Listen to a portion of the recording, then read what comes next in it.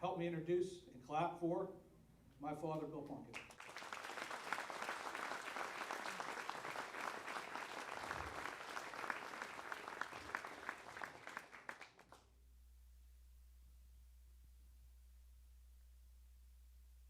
I rearranged my chairs ahead of time. I also have to tell you, someone left me a whole program up here.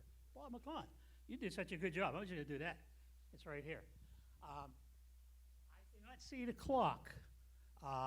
So my good friend who's following me next, and will appreciate that I'm on time, Mr. Pritchard, Chief Pritchard, is going to let me know the time, since he was fortunate enough to get a front row seat. I still want to know how you did that, by the way. I'm back in row 3, just to let you know. You and Orville, something's going on here. Well, something there. All right. Well, first of all, to Jesse and his crew, and his lovely wife, Courtney, I had the opportunity to spend last evening having dinner sitting next to. Bob McClellan, you only got up at 3. I think I was up at 1, 3, 5. The meal and the camaraderie was just outstanding. But even more important to that, and good friend Bill Miller this morning, one of the first people that I had an opportunity to have a few words with, he said, wow, recognition for EMS. Well, if they won't do it for us, I guess we have to do it for ourselves. And Jesse, that's exactly what you did. So from all of us in here, to E-Services, the greatest of appreciation. And to hear it's going to continue is even better. So, not to talk about myself, although I'm liable to pop up a couple times. I really want to talk about others. And many of you are in this room. Todd kind of highlighted, and I think everyone that preceded me made sure to mention family. I have my wife's Italian, so obviously our brothers and sisters are Italian. And her oldest brother, several years ago when we moved to our new home, brought me a sign. And he said, you don't have to put this up if you don't want to. And I said, no, it's going right up here in the sunroom. My favorite place to sit in the morning to have my coffee. And what it says is, it says, La familia is toto. Family is everything. And we can't forget that. Now, some people have talked about their family and some of the accolades today. I'm going to kind of give you some of the behind-the-scenes stuff, because so many in here know Todd. You think you know Todd. Some of you think you know Marissa. And then there's the silent one who sits over in the back, Matthew. And I'll talk more about him. But let me start with my 55-year pal, Pat. And I can't tell you what I call her because I'd get in trouble, because only her mother and I are allowed to call her this. It's because her mother liked Patsy Cline. So I won't tell you it's Patsy, but it's Pat. And again, that beginning, just phenomenal. You talk about someone who had to adjust and continues to have to adjust. When you have the family that we have, it's quite unique when we sit down and have dinner. And it's even more unique for the 35th year, outside of COVID year, we'll return to Myrtle Beach in June. And we spend 2 weeks together. And it's kind of like just unbelievable what goes on among the family. The other thing is, give you a little insight into my wife. She has some rules, and you better follow the rules. And one of the rules is, at dinner, there are no radios. Okay, so I got a lot of warnings over the years. Well, Todd goes out and gets his first full-time job as a paramedic. He's working at West Mifflin EMS. And it's one of those things that he's going to work this shift. He worked like 27 hours, come home for 2, go back for 36. I'm exaggerating, but you know the feeling if you worked at EMS. So Todd comes home, but he's going to have dinner. Pat's going to have dinner ready. He goes up to take a shower. He leaves his radio on the table, on the dining room table. And just about the time that Dinner was about ready. The radio went off. And I wasn't standing there, but there were some words. And they were like, "This is it. This is the last time." The sliding glass door opened. She stepped out on the back deck. She made it over the driveway, down over the hill, and the radio was off. It was gone. Todd comes down from his shower. "Did anyone see my radio?" "Marissa, where's my radio?" "Todd, I didn't see it." "Yeah, and was that your radio?" "Why? Did you see it, Mom?" "I thought it was your father's." And I told him about that. After dinner, her and Todd and the family, we found the radio. Fortunately, he didn't have to go back to West Mifflin until Ken D'Alessandro. My mom threw the radio over the hill, and it ain't no more. So that tells you who's in charge.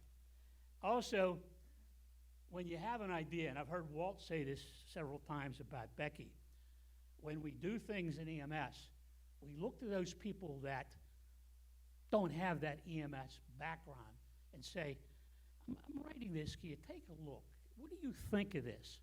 And they become the test. They're the community. And so often, whatever we were doing, whatever I was sending out, whatever challenge I might be making to a political leader, I'd always say, "Pat, what do you think about?"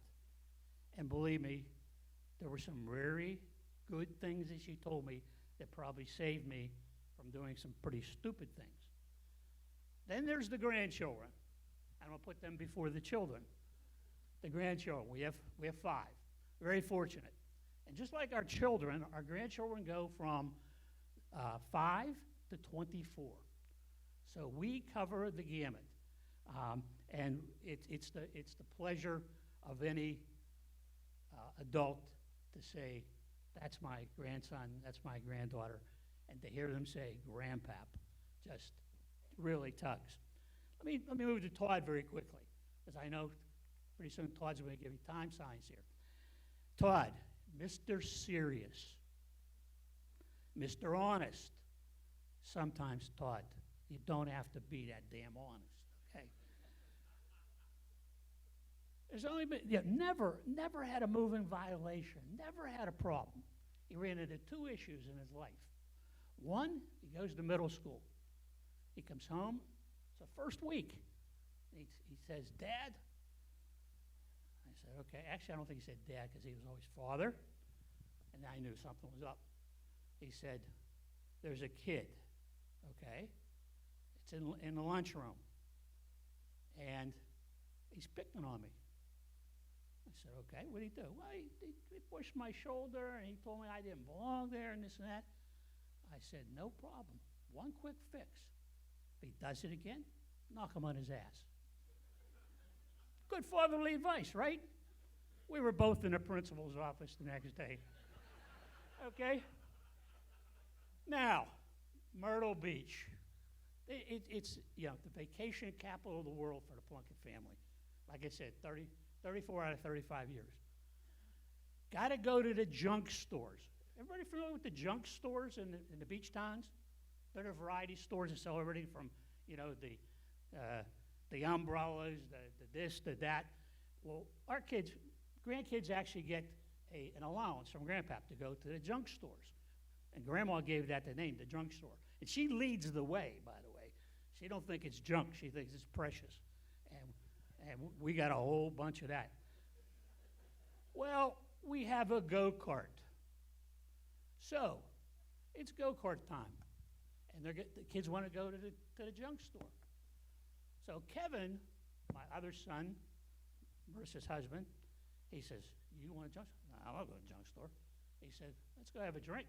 So we're up on the deck, and Kevin's having whatever he's having. It was a different color, and I'm having my Manhattan. And all of a sudden, his phone rings, and he says, "Uh-oh." And I said, "What?" He said, "Todd got pulled over on the golf cart." I said, "What?" He says, "Yeah, he got pulled over on the golf cart." Now he's driving, He's got his mother in the front seat, his wife, his 2 kids, Marissa, and her son. Now, Marissa, she's running tailboard. And, you know, you're on tailboard on a golf cart, you ride backwards. And she's saying, Todd, they want you to pull over. No, they don't.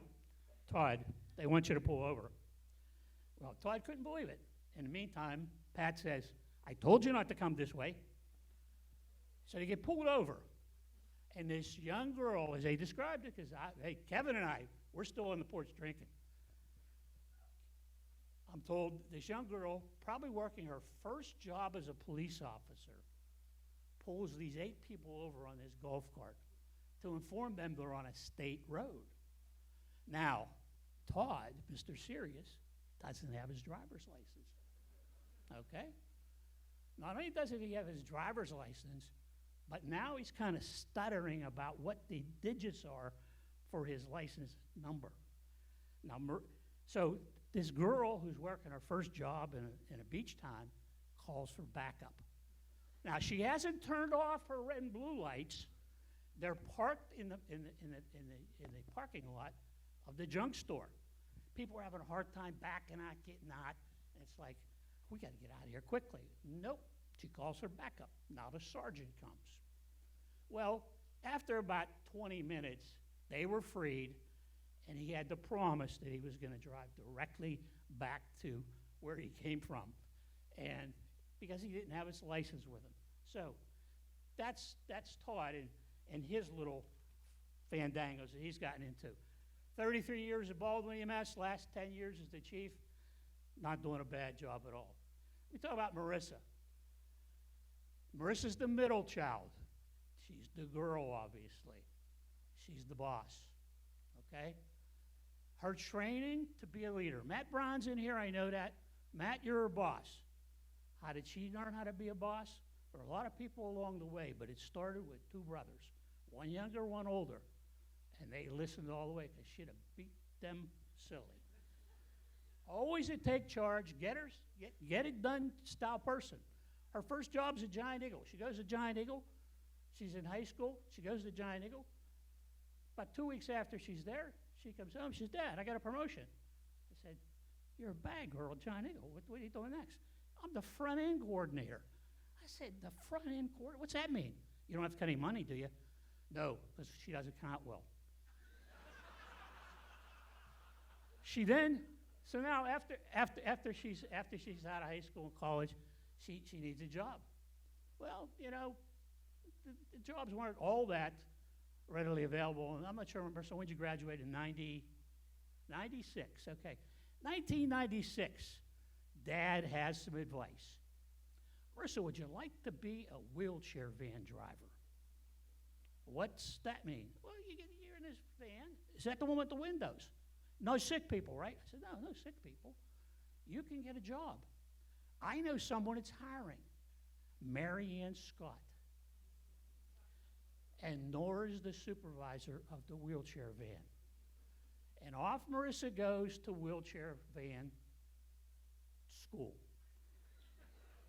So she's now trained under her 2 brothers, and she runs into Mary Ann Scott and Nora at the same time, okay? She learned how to deal with people. All of a sudden, this job that she's going to drive people around, have all these windows, look out, who knows what, probably thought coffee was every block.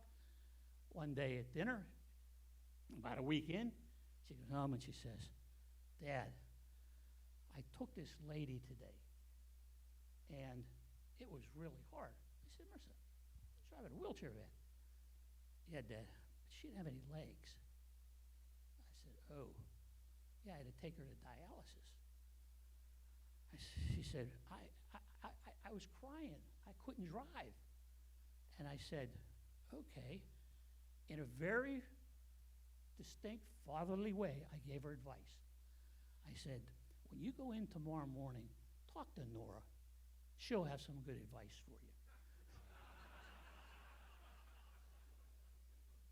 Now, she's going on to be the division chief, Allegheny County 911.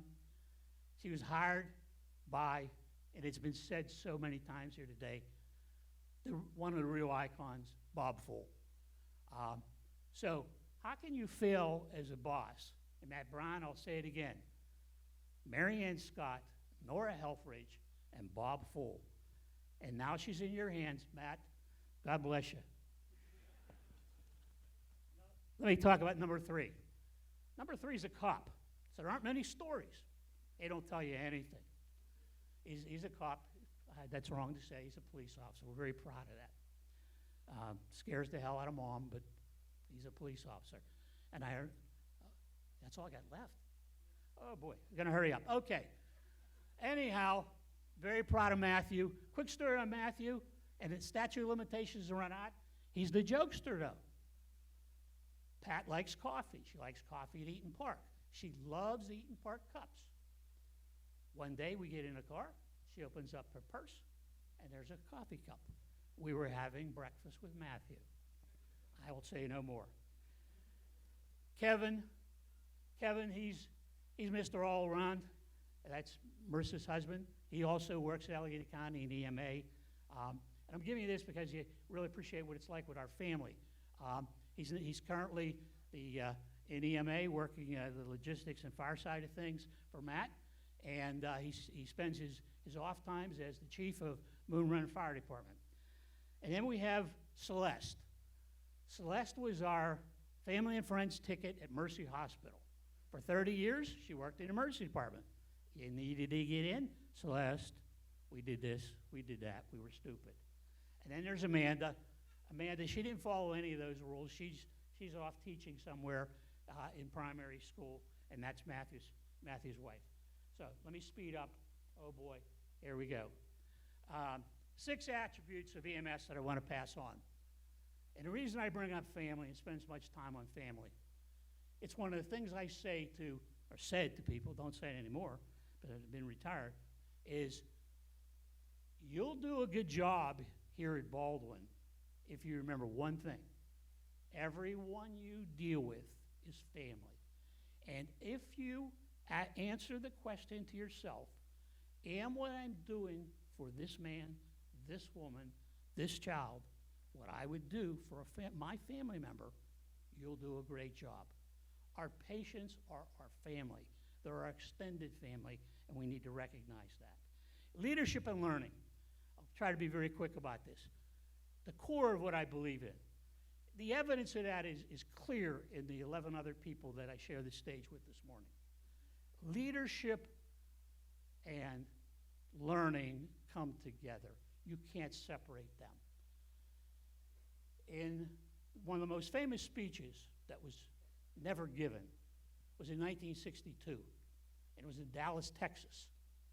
And JFK was going to deliver a speech before the Board of Trade that was going to kick off his second campaign for president. We know that didn't occur.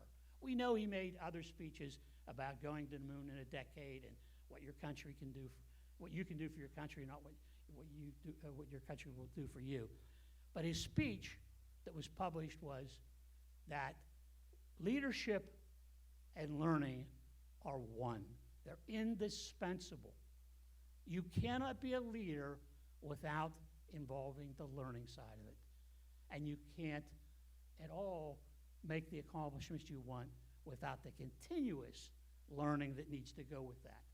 And that's the key, is continuous. It never ends. It's for all of us.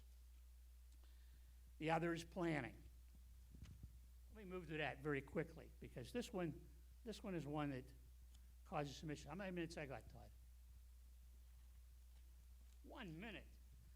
1 minute. Oh, my goodness. Okay. No, I won't do that. I won't do that. Planning comes from the old days of teaching school. First time I was interviewed for a position, Pittsburgh Public Schools. Old-time principals sitting at the table, and a young kid sits at the end, 21-year-old. So, what makes you think you can keep these kids under control? Sir, planning. Saw the guy go, okay, and wrote a few things down. I said, I probably ought to remember that word. That sounds like a good answer. So they give me a job. They give me a job teaching 5th grade. I had 43 kids in a 5th grade class. Reading, social studies, language arts, mathematics, spelling, and believe it or not, handwriting. That was the morning session. They left after 4 periods, and 42 others came in. Calculate that out to the number of grades I did it when it came time for grading. If I didn't plan, those 5th graders, they don't seem like they're vicious, but they'll eat you alive. I learned. Have a lesson plan. So it's now time. We make a great transition to Baldwin EMS, and it's time to carry things on. We made sure we carried the lesson plan with us. Let me go very quickly here. My pages don't want to turn. I'm sorry. Wait, I got 2 minutes or my time's up? No, I got some people. Wait a minute. You'll appreciate some of these people. These are the contributors. First of all, Vince Macesso. I don't think Vince is in the crowd. Vince, you here? No, he's not here. Good. I can lie about him. Vince, where did Vince start EMS? Todd's going to tell me it's Mertz. Nora's going to tell me it's, Nora, God bless you, Nora, I didn't mean that. Okay, honest, I did. She told me so often, I thought it's like she's right here. I got you. Okay, wrong. Baldwin EMS. Okay, he was the man of detail. Vince, what time is it? Well, what Bolivar does to build that watch, and he'd tell you every detail there was. The first trainers of Baldwin EMS, Mel Muslin, John Bauer, taught us a whole lot. And I won't get into all the things, but imagine Mel Muslin 45 years ago. You know him today. Larry Pantuso, the calm one. These are all people that came through Baldwin EMS. All people that moved on. This guy's in the audience. I know it, so I need to say something about him. Ed Marasco. Now, say, Ed, that's good. Thanks for coming to Baldwin. BS, Ed. We know why you came. It was Joyce. Okay? Joyce was there. You followed her. Okay? And when he got there, he was known as the guy. He knows everyone. Then he knew everyone. I swear he was born with a little book under his, But in the end, the greatest supporter, and I mean it, there's no one that's better than supporting EMS than Eddie Marasco and his wife, Joyce, and we certainly appreciate that. Let me move on because I have so many here. Tom Waite, Mike Dolphy. Tom Waite's now commander of the police department down in Kingston, Tennessee. Mike Dolphy is a battalion chief of the City of Columbus Fire Department. And the compatriot, the third member of this, Jim Hauser. Jim, are you here today? Yeah, he's probably talking on a radio again. Okay. Jim Hauser. They came to us from Wintersville, Ohio. And it was at a time when we were bringing, as Todd said, rescue. And these were guys that played an absolute integral part. I want to mention these guys. Steve Carey. And I know the minute I do that, I see Todd go, oh, Steve. Yeah, because Steve was a handful. Steve started at Baldwin, though. Okay, and I can remember, and I believe today, honestly, that if Steve hadn't suffered his hunting accident, Steve would be a chief today. Brian Maloney, Richard McLean, and one of the newest chiefs in Allegheny County, Dave Turkle, I know is here today. Baldwin EMS. Jason Gagoric, chief of Whitehall Fire Department, Whitehall Fire. Don't tell him I said that either. Whitehall Police Department. Rick Fuller. Rick Fuller was my partner for a long time. My partner at Baldwin EMS. We taught classes together. He became the chair of the education department. And don't you know, Rick Fuller became a cardiac save of Baldwin EMS, along with his son and Brian McCaffrey, Jim McCaffrey, who's one of the people that's being honored here today in memoriam. And then there's the great interpreter that came through Baldwin. The great interpreter, he's here. And it's the days when he worked at Buchanan Ingersoll and Houston Harbor. Tom McElry. This is pre-EMS West, when I couldn't ask him the questions I asked him then. And when I'd ask for an interpretation, I got it. And usually my initial one was wrong. Very quickly, can't miss this. Doug Bob Ron, and Chief Gilchrist, you're here, so I'll put you on this list to listen up. Listen to these people. Mark Pinchuk, Scotty Everett, Russ Diamond, Mark Larkin, one of my favorites, Mark Tomasi, the Beachview kid. We're from the same place. Came to us as a volunteer, only had part-time work, was glad to see him go. Antoine Carter, I mean in a positive way. Antoine Carter. And I know he's driven some of you people in Pittsburgh crazy, but Antoine, he was precious. I'm telling you, the day he got sworn in Pittsburgh EMS, the next day in the Pittsburgh Courier, they carried an article. And he said, I only have two people in life to thank for my job at Pittsburgh EMS, my mom and Bill Plunkett. And I remember that to this day. So, to all those people that come before us, we thank you very much. I'd like to talk about change, but I don't have time. I already used Todd Pritchard's time, and I apologize for that deeply, Todd. So, with that in mind, thank you very much.